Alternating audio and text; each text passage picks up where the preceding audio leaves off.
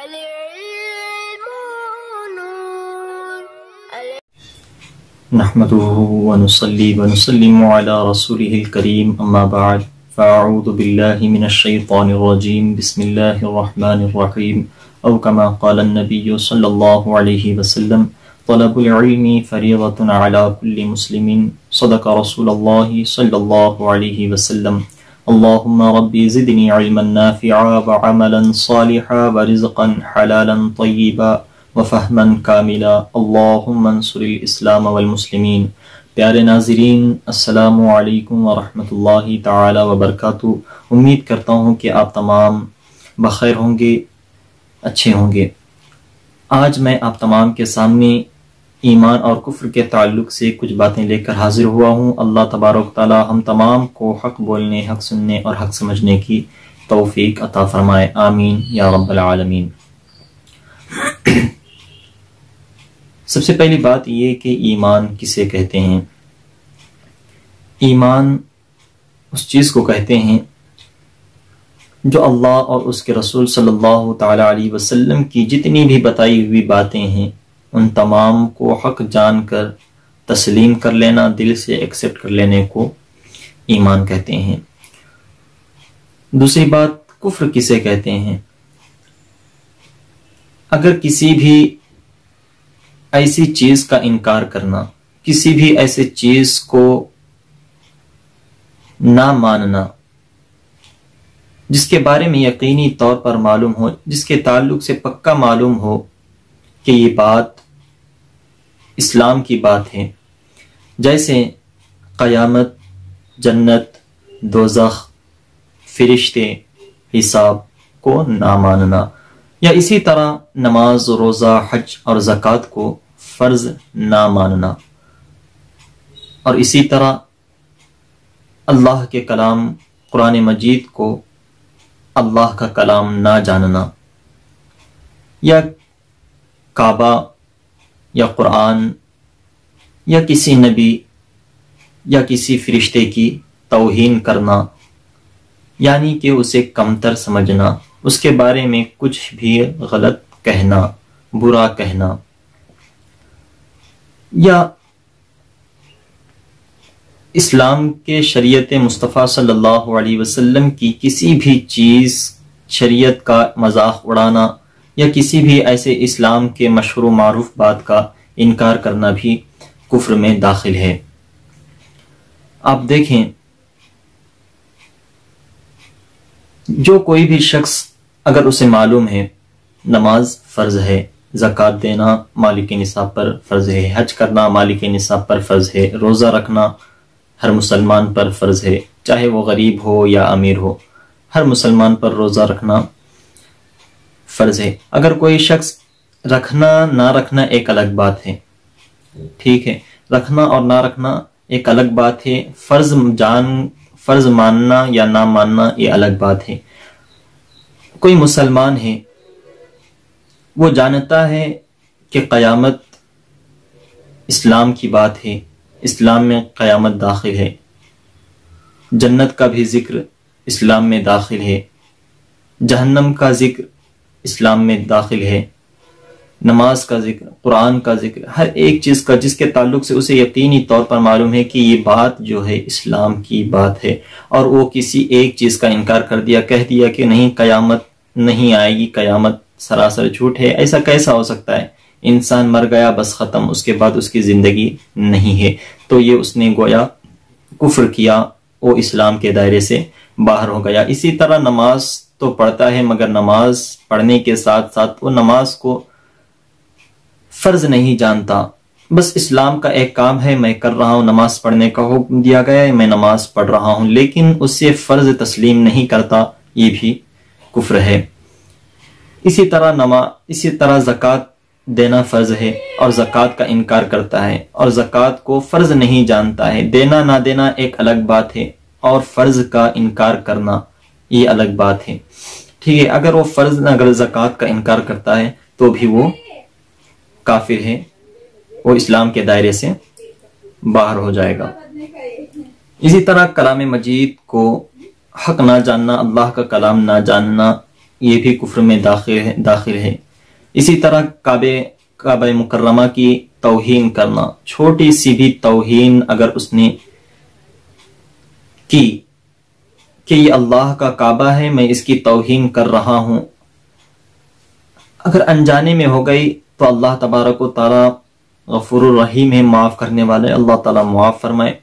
اگر جان بوجھ کر کہ یہ اللہ کا کعبہ ہے اور میں اس کی توہین کر رہا ہوں، اس کی گستاخی کر رہا ہوں، تو وہ فوراً کافر ہو جائے گا، اسلام کے دائرے سے باہر ہو جائے گا۔ اسی طرح نبی پاک صلی اللہ علیہ وسلم اور تمام جملہ انبیاء کرام رسولان اعظام کے تعلق سے بھی توہین کرنا، ان کے بارے میں برا کہنا، برا جاننا، چھوٹی سی بھی کوئی بھی ایک چھوٹی سی بھی گستاخی اسلام سے باہر کر دیتی ہے، اسلام کے دائرے سے باہر ہو جاتا ہے اور وہ کافر ہو جاتا ہے۔ اسی طرح فرشتوں کے تعلق سے، فرشتوں کے بھی چھوٹی سی بھی گستاخی کفر کے دائرے سے باہر کر دیتی ہے، اسلام کے دائرے سے باہر کر دیتی ہے اور وہ انسان کافر ہو جاتا ہے۔ آپ یوں سمجھیں کہ کس طرح نبی کی توہین مطلب نہیں سمجھ میں آ رہا ہے، یا فرشتے کی توہین، اس بات کو میں آپ کو واضح کر دوں۔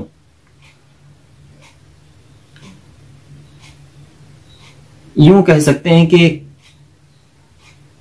کہ کسی شخص نے نبی پاک صلی اللہ تعالی علیہ وسلم کے تعلق سے کہا، معاذ اللہ رب العالمین، کہ نبی پاک صلی اللہ علیہ وسلم کے علم سے زیادہ شیطان کا علم ہے، پاگلوں کا علم ہے، نبی پاک کے علم سے زیادہ کسی دوسرے کا علم ہے، مخلوق کا علم، نبی پاک صلی اللہ علیہ وسلم کے علم سے زیادہ جانوروں کا علم ہے، پاگلوں کا علم ہے، ان سے زیادہ تو دوسرے لوگ جانتے ہیں۔ یہ نبی پاک صلی اللہ علیہ وسلم کی توہین ہے۔ جیسے ہی وہ کہے گا، وہ اسلام کے دائرے سے فوراً باہر ہو جائے گا اور وہ کافر ہو جائے گا۔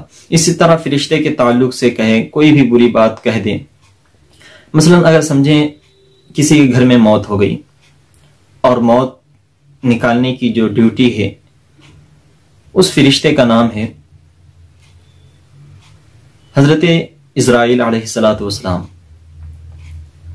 یہ لوگوں کی جان نکالتے ہیں، روح نکالتے ہیں، کس کے حکم سے؟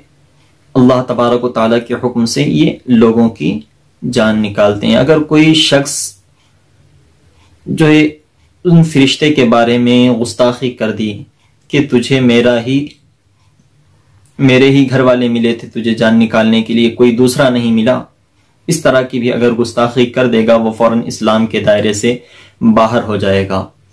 یہ چھوٹی سی بھی گستاخی، چاہے قرآن کی گستاخی ہو، چاہے کعبہ معظمہ کی گستاخی ہو، چاہے کسی بھی انبیاء کرام کے شان میں توہین ہو، فرشتے کی شان میں توہین ہو، وہ اسلام سے فوراً خارج کر دیتی ہے۔ اگر کافی لوگوں کے ساتھ یہ مسئلہ پیش آتا ہے کہ کفار ایک مسلمان کو گھیر لیے، گھیرنے کے بعد اسے اسلام کے خلاف کچھ بات کہنے کو کہہ رہے ہیں، بول رہے ہیں کہ تم کہو کہ میرا خدا دوسرا ہے، تم کہو کہ قرآن جھوٹی ہے، تم کہو کہ اسلام ایک جھوٹا مذہب ہے، تو پھر اس صورت میں اسے شریعت حکم دیتی ہے کہ وہ اپنے دل سے، اور یہ ہونا ضروری ہے، اس کے ساتھ ساتھ یہ بھی ساتھ میں ضروری ہے، سب لوگ تو گھیرے ہوئے ہیں کفار، لیکن اسے اپنے جان کا ڈر ہے، سب لوگ ہاتھ میں تلوار لیے ہوئے ہیں، بندوقیں لے کے کھڑے ہیں کہ اگر وہ اب نہیں بولے گا تو اسے فوراً جو ہے قتل کر دیں گے، یا اس کا ہاتھ کاٹ لیں گے، یا اس کی زبان کاٹ لیں گے، جس کی وجہ سے وہ اس کی جان جا سکتی ہے۔ تو اس صورت میں اسے شریعت اجازت دیتی ہے کہ وہ اپنے دل میں اسلام کی سلامتی رکھے، اپنے دل سے یقین کے ساتھ اسلام کے تعلق سے جتنی بھی باتیں اسے حق جانے اور زبان سے اسے کہنے کی اجازت دی گئی ہے، لیکن کب؟ جب کہ اس کے جان کا خطرہ ہو۔ اور دوسری بات یہ کہ نہ کہنا بہتر ہے اور اچھا ہے اور ثواب ہے کہ اس وقت بھی آپ اپنے زبان سے اسلام کو اقرار کریں، اسلام کو حق بتائیں، اللہ رب العزت کی وحدانیت کا تذکرہ کریں۔